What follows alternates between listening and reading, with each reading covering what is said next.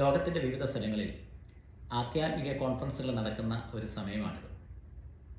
മിക്കവാറും എല്ലാ കോൺഫറൻസുകൾക്കും മനോഹരമായിരിക്കുന്ന തീമുകളുണ്ട്. ഈ വരുന്ന മാസം നടക്കുന്ന ഒരു കോൺഫറൻസിൻ്റെ തീം രൂപാന്തരപ്പെടുത്തുന്ന ശക്തി എന്നുള്ളതാണ്. ഒരു കഥയോടുകൂടി ആരംഭിക്കാം. സുഭാഷ് ചന്ദ്രൻ പറഞ്ഞ ഒരു കഥയാണ് ഇത്. ഒരു പള്ളിയിലെ വിശ്വാസിയായിരുന്നു മത്തായി ചേട്ടൻ. പക്ഷെ അദ്ദേഹം സ്ഥിരമായ ഒരു മദ്യപാനിയായിരുന്നു.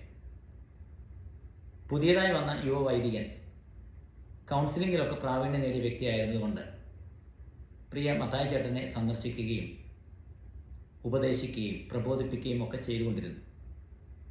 തുടർമാനമായിട്ടുള്ള ഈ വൈദികൻ്റെ സന്ദർശന മുഖാന്തരം മത്തായി ചേട്ടൻ മദ്യപാനം നിർത്തി.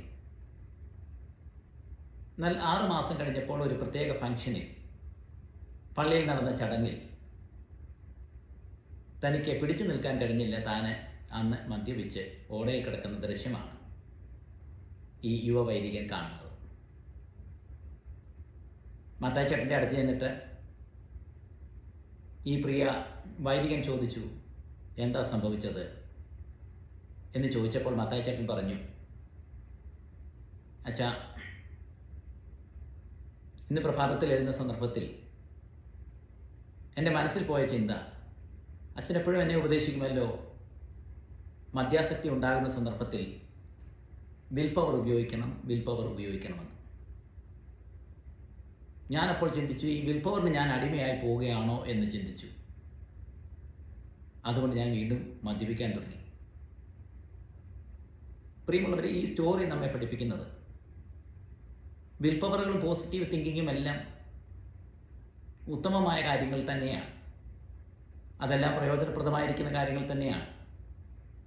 എന്നാൽ വിൽ പവറുകളെക്കാട്ടിലും അപ്പുറമായി ദൈവശക്തിക്ക് മനുഷ്യജീവിതത്തെ രൂപാന്തരപ്പെടുത്തുവാനായിട്ട് കഴിയും. ഞങ്ങളുടെ ചർച്ചിലെ മുണ്ടിപ്പള്ളിയിലെ വിശ്വാസിയായിരുന്നു പ്രിയ തങ്കച്ചായൻ. കുന്നന്താനക്കവലയിൽ ദീർഘവർഷങ്ങൾ മീൻ കച്ചവടം നടത്തിയ വ്യക്തിയാണ് തങ്കച്ചായൻ. സ്ഥിരമായ ഒരു മദ്യപാനിയായിരുന്നു. ഞങ്ങൾക്ക് പലപ്പോഴും അദ്ദേഹത്തോട് ചെന്ന് മീൻ പോലും മേടിക്കാൻ പേടിയായിരുന്നു. കാരണം കുന്നന്താനക്കവലയിൽ താൻ പലപ്പോഴും ഒരു തലവേദനയായിരുന്നു. പക്ഷെ ദൈവശക്തി തന്നെ രൂപാന്തരപ്പെടുത്തി. ഞങ്ങളുടെ സഭയിലെ മറ്റൊരു വ്യക്തിയായിരുന്നു പ്രിയ ജോയിച്ചാൻ കങ്ങഴയിൽ. മദ്യപിച്ച് പല സന്ദർഭങ്ങളിലും ഓടകളിൽ കിടക്കേണ്ടി വന്ന വ്യക്തിയാണ്. എന്നാൽ ദൈവത്തിൻ്റെ ശക്തി തന്നെ രൂപാന്തരപ്പെടുത്തി. ദൈവത്തിൻ്റെ ശക്തിക്ക് മനുഷ്യൻ്റെ ജീവിതത്തിൻ്റെ സകല സാഹചര്യങ്ങളെയും രൂപാന്തരപ്പെടുത്താനായിട്ട് കഴിയും.